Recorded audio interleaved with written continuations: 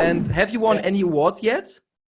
Haven't won any awards yet, no, but I don't give a fuck about awards. What about the award for impromptu speech on school uniforms? Impromptu.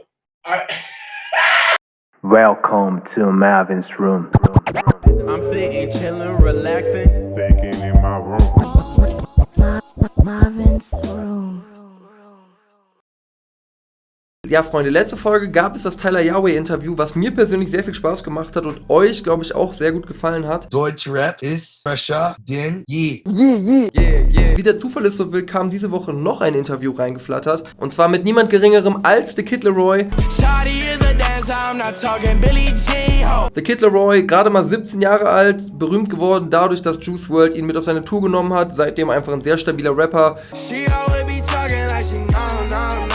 Und außerdem ist letzten Freitag sein Album rausgekommen. Fuck Love heißt das Ding. Sein Debütalbum außerdem, natürlich mit 17 Jahren, hat er noch nicht so viele Alben rausgebracht. Und ich habe so ein bisschen geschnackt mit ihm. Und ich habe wirklich den Fokus darauf gelegt, so gut wie möglich vorbereitet zu sein, wie es mir irgendwie möglich war. Und ich glaube, das habe ich geschafft. Seht selbst. So you're Australian, right?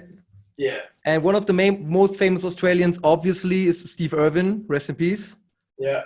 And on your song Diva with Lil Tecca, Tecca raps in his part, "She got stripes like a cheetah."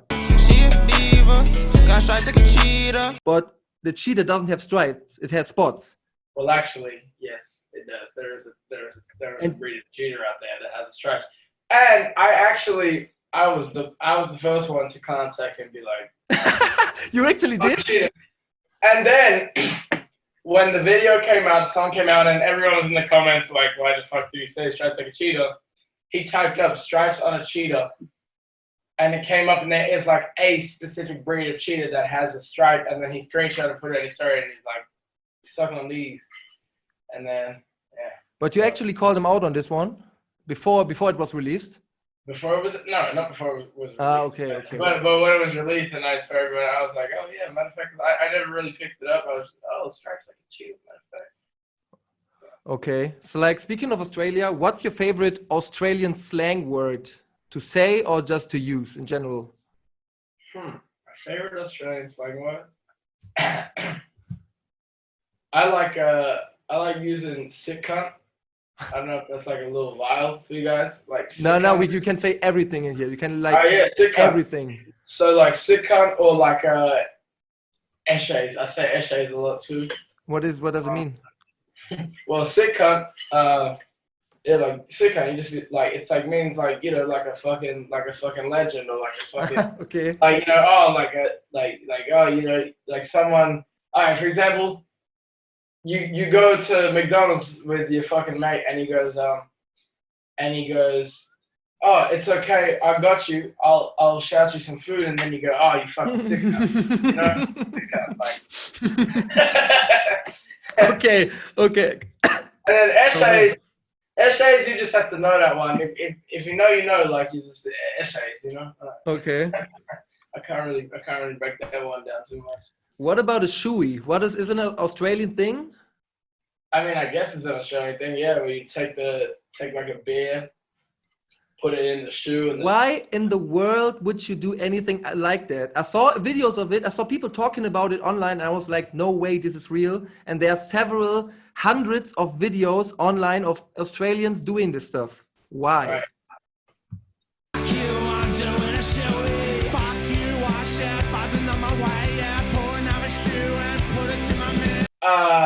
Unfortunately, I don't have the answers for that.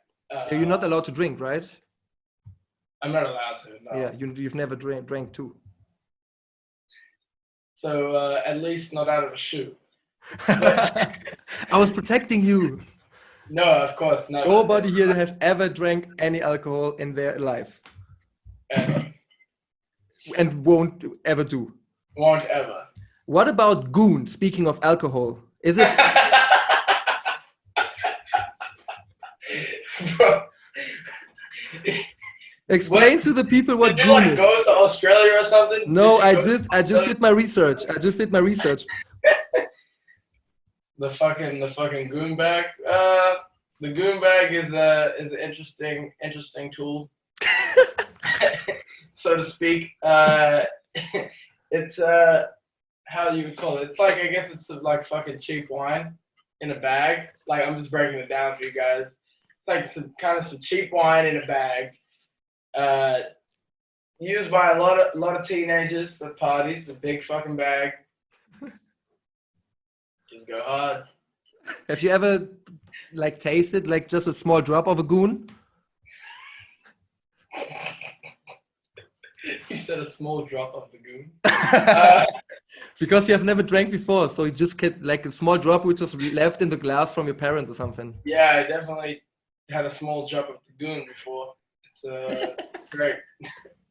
3 or 4 years ago, you released a freestyle, and at the end you say, "Please, everyone, send this to Jermaine Dupri." Yeah, once again, if you could tag Jermaine Dupri down below or the rap game, yeah, I'd be so thankful for that. And, and I was like, why Jermaine Dupri in particular? And have you met him yet? And have you told him that you wanted to meet him for time? Well, back then, about 4 years ago, whenever the fuck I did that, there was a TV show. I'm not sure if it's still running or not. It might probably is, or it might not. It's called the Rap Game, and it was like I guess like a TV show that I would see. Like it didn't air in Australia. I would see it on like on YouTube and shit. I can't even remember. Somebody put me onto it, or I just saw it somewhere. I watched the episodes on YouTube, and it was like a game show or something for kids who rapped, and like they do like a whole bunch of challenges, and like the winner at the end would get signed to So Def with like Jermaine Dupri, and then you get like the chain and shit. and I guess I was like, shit, I'm in Australia. How the fuck am I gonna get to America? How the fuck am I gonna get out to America and get signed and become a fucking artist, like a big artist or whatever? So I thought that was maybe one of the perfect ways, social media, and that's how they would literally choose the kids. Like the kids would upload a video, and then like just get like people to tag Jermaine Dupri. So it was like the gatekeeper of young rap artists aspiring to be big in America. Right. Well, I guess so. Yeah. So I guess I did that video. Probably got about 20 or 30 comments. Everyone tagging, all of my friends tagging Jermaine Dupri. Unfortunately, Jermaine Dupri never reached out. Oh, I never got any feedback. You have to reach out to him now. Like, would it be possible for you to speak to him in any way? Like, do you know a guy? I probably know a guy somewhere. Who knows a guy who knows him? Yeah.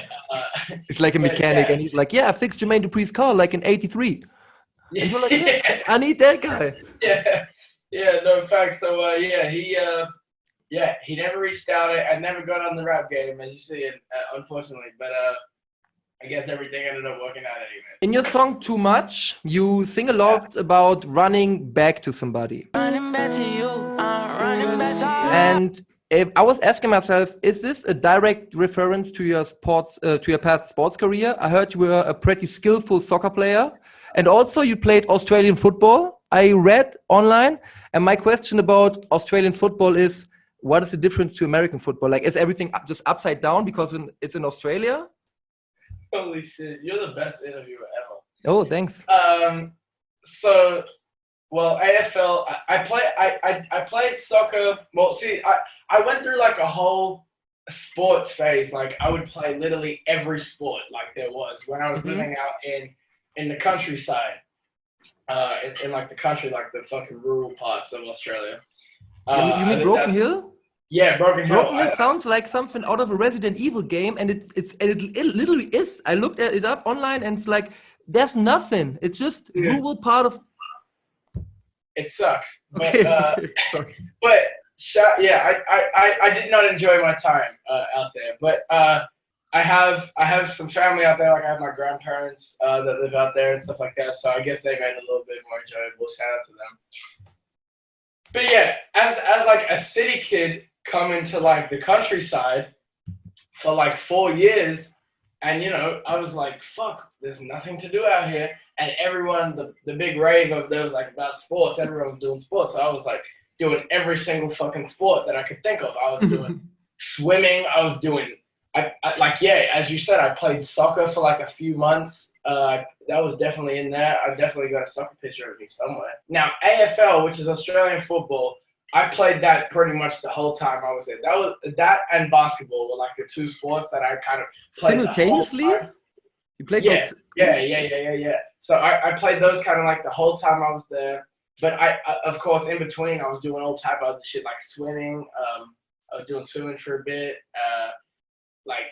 I remember I played cricket for like 2 weeks, but I fucking quit. But I quit because it was boring as fuck. So Australian.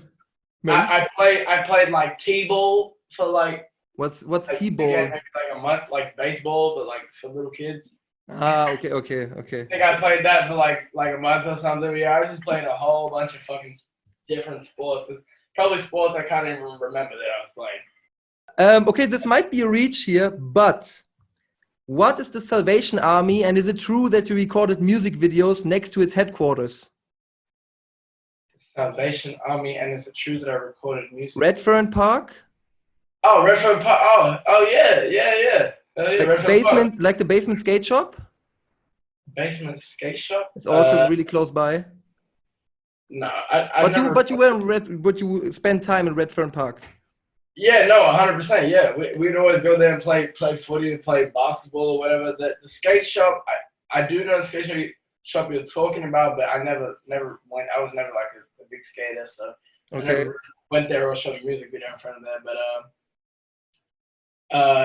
Redfern Park, me and all the kids in the fucking neighborhood definitely spent a lot of time over there just playing on the courts or playing footy, even just going and watching because all the fucking Rabbitohs players used to go and train there, so we used to go and watch them as well. And like the factory, have you heard about the factory? No, I've not. Wow, man, do your fucking research. I'm leaving. Do your research.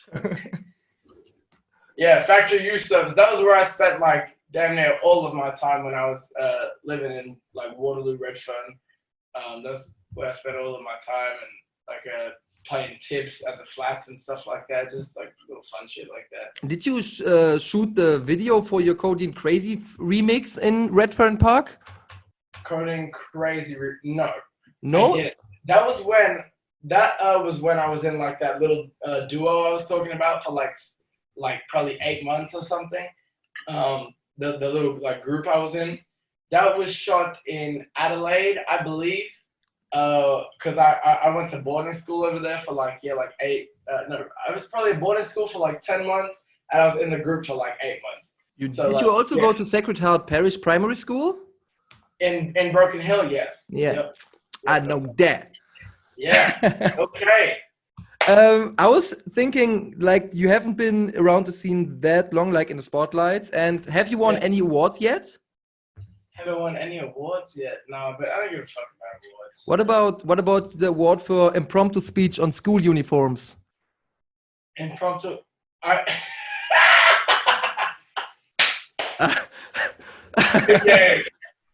Yes, so as a matter of fact, for people who don't know, only like a few of my close friends know this. Well, I'm pretty sure there is a photo of me on the internet holding like a trophy. That's true. I will also send this one. Yeah, no, that was on the internet on my old my primary school's Facebook page, I think. But yeah, that one I actually I won the public. I think it was like the Broken Hill public or like the New South Wales public speaking. I won the public speaking. I went all the way. Started at the school and then we went to like the little finals and I ended up winning. So always made for the big stages. Always meant for it, yeah. And I remember, like being there and it was like a really big moment. There was like fucking 20 people in the crowd. And I went and did my impromptu speech. And then I won the trophy. I wonder where that trophy is now. It's probably at like my grandma's house or It looked like really, really splendid. Like it was just a small competition, I guess, or like a medium-sized competition for kids, but the trophy looked like you won the Olympic medal in fencing or something. Right, 100%. And I definitely used to flaunt it like I did because I wasn't really good at anything in school. But I was always good at speaking and like English and shit like that. So yeah, I guess I was like, oh, holy shit. And I was like pretty okay at sports. I was pretty good at sports. At the end of this interview, because we're running out of time, plug your mixtape. I heard from like someone told me, like a friend of a friend told me there might be something coming this Friday. Tell him. I mean, my friend told me also that there may be something coming this Friday. I don't know though. But yeah, Fuck Love, the mixtape. It's coming out on Friday, apparently. So I'm gonna need everyone, all of my people in Germany, right? All of my people in Germany to go and grab that shit. All of my family over there. And make sure you listen to that shit front to back. Don't just go and try to find your favorite song. Listen to it the whole way through, front to back, because it's a whole story. It's got everything going on. So go listen to that. And thank you to everyone out there that's fucking with me and supporting with me. I love the fuck out of y'all. And thank you. That's it, the Kid Laroi, Marvin BACKSPIN, thank you so much. Und das war's auch schon wieder mit Marvins Room für diese Woche, meine Freunde. Noch eine kleine Info, die vielleicht noch nicht alle haben. Es gibt eine offizielle Marvins Room Spotify Playlist und wenn ich sagen würde, das sind nur Banger, würde ich wirklich noch krank untertreiben. Die wird jetzt hier irgendwo reingeblendet, die wird jetzt hier irgendwo in mein Gesicht reinfliegen, glaube ich. Klickt da drauf, folgt der und sagt allen euren Freunden, das ist die beste Playlist, die ihr je gesehen habt. Es ist auch einfach so.